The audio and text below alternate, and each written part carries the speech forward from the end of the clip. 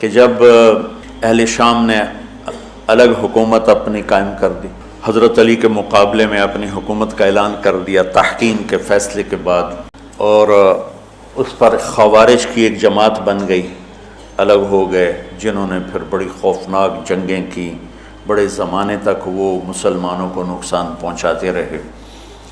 تو 3 خارجی اکٹھے ہوئے کہ جتنا فساد ہے نا اس کی جڑ ہے ایک عمرو بن عاص اور معاویہ بن ابی سفیان اور علی بن ابی طالب رضی اللہ تعالیٰ عنہ، ان تینوں کو قتل کر دو، فتنہ ختم ہو جائے گا۔ عمرو بن عاص اس دن آئے ہی نہیں، وہ مصر کے گورنر تھے، فجر کی نماز، تو جو ان کی جگہ آئے وہ مارے گئے، شہید ہو گئے۔ معاویہ رضی اللہ تعالیٰ عنہ پر اس نے وار کیا، لیکن وہ سر سے پھسل کے کمر پہ جا کے لگا، کمر چھل گئی، لیکن اللہ نے زندگی بچا لی۔ تو عبد الرحمن بن ملجم جس نے حضرت علی کو شہید کیا، یہ آیا ہوا تھا کوفے میں، تو لوگوں نے کہا امیر المومنین یہ اس کے ارادے اچھے نہیں نظر آتے، تو اس کو ہم پکڑ نہ لیں۔ فرمان لگے تو مجھے پھر اللہ کی ملاقات کیسے ملے گی؟ میں تو تم میں نہیں رہنا چاہتا، میں تو اللہ سے ملنا چاہتا ہوں۔ حضرت علی کے ساتھیوں نے بڑی بے وفائی کی، بڑی بے وفائی کی، اس لیے میں کہہ رہا ہوں مظلوم ترین ہستی۔ بسر بن ابی ارطاط نے یمن پہ قبضہ کر لیا شام کے لشکر کی طرف سے، اور حضرت عبید اللہ بن عباس رضی اللہ تعالیٰ عنہ کے 2 بچے اپنے ہاتھوں سے ذبح کیے جیسے بکرا ذبح کیا جاتا۔ آل رسول کے 2 بچوں، میں صنعاء میں اس مسجد میں گیا، وہیں ان کی قبریں موجود۔ تو حضرت علی بے قرار ہو کے نکلے کہ چلو اہل شام کے خلاف جہاد کریں، اور باہر شہر سے باہر جا کے خیمہ لگایا رات کو۔ صبح دیکھا تو ایک آدمی بھی نہیں آیا ہوا تھا، اکیلے تھے۔ تو پھر بڑے دکھی دل کے ساتھ واپس آئے اور اپنی داڑھی کو پکڑ کر کہنے لگے تو کب رنگین ہوگی؟ ایک دفعہ بیمار تھے تو کہنے لگے یا رسول اللہ مجھے لگتا ہے میری موت کا وقت آ گیا۔ میں نے کہا نہیں، تیری موت آئے گی جب اس خون سے یہ رنگین ہوگی، جب تیرے سر کے خون سے تیری داڑھی رنگین ہوگی اس وقت تیری موت آئے گی۔ تو اس جملے کو یاد کر کے کہتے تو کب رنگین ہوگی، تو کب رنگین ہوگی۔ چونکہ ساتھی ساتھ چھوڑ گئے تھے تو شدید قسم کی بے وفائی کا سامنا ہوا۔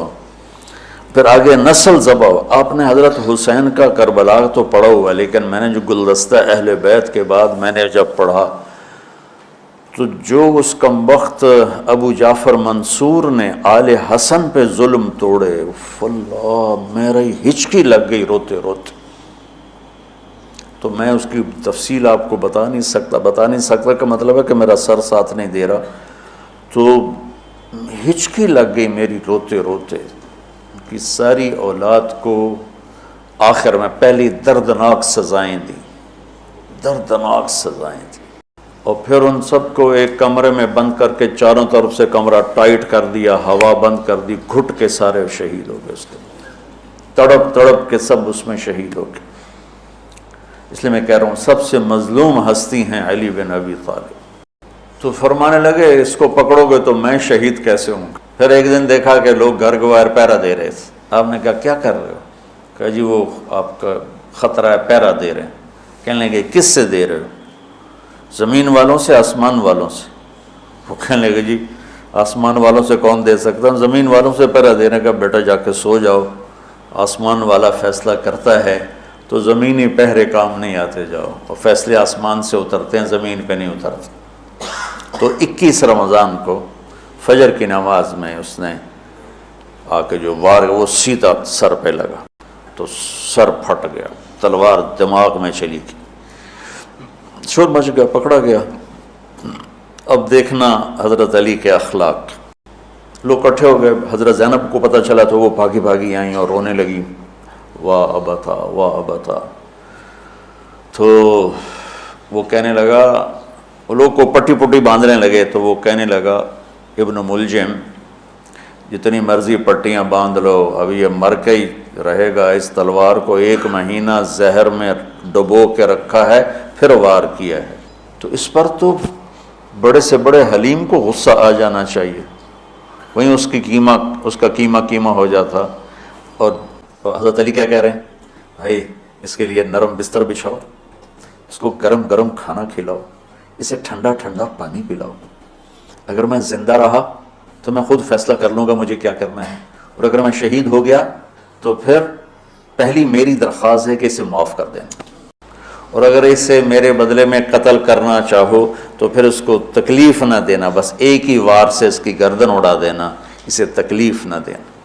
آپ پڑھیں گے نا صحابہ کی سیرت تو سب سے زیادہ فضائل حضرت علی کے، سب سے زیادہ مقام اور مرتبہ تو ویسی جیسے خلفائے راشدین. سارے صحابہ اللہ کے ہاں مغفور محبوب، ان میں سے 10 مقرب ترین ابو بکر، عمر، عثمان، علی، طلحہ، زبیر، سعد، سعید، ابو عبیدہ بن جراح اور عبد الرحمن بن عوف. پھر ان 10 میں سے 4 محبوب ترین جو خلفاء بنے. پھر جیسے ان کی خلافت کی درجہ بندی ہوئی ایسے ان کے مقام اور مرتبے کی درجہ بندی ہوئی، لیکن فضائل سب سے زیادہ حضرت علی کے ملتے ہیں.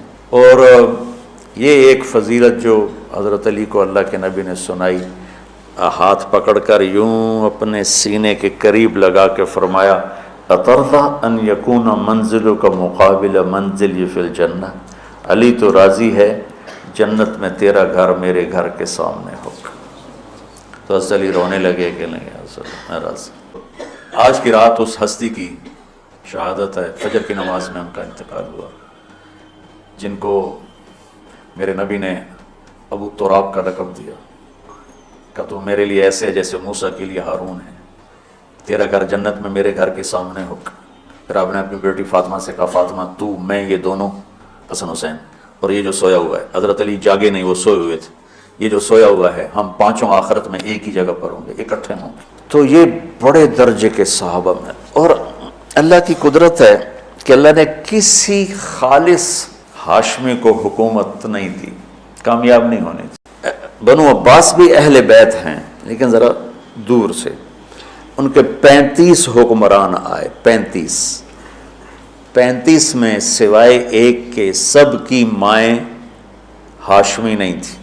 پہلے ہاشمی خلیفہ بنے حضرت علی، والد کی طرف سے بھی والدہ کی طرف سے، اور وہ کہتے تھے تو کب رنگین ہوگی، اور موت مانگتے مانگتے یہاں تک کہ شہید ہو کے چلے گئے اور دکھوں بھری زندگی گزار. وَلَقَدْ رَأَيْتُهُ فِي بَعْضِ مَوَاقِفِهِ وَقَدْ أَرْخَى اللَّيْلُ سُدُولَهُ وَغَارَ النَّجُومُهُ وَهُوَ قَائِمٌ يُصَلِّي فِي الْمِحْرَابِ قابضاً على لحيته يتململ تململ السليم ويبكي بكاء الحزين ويقول للدنيا إلي تغررت وإلي تشوقت وإلي تزينت وإلي تشوفت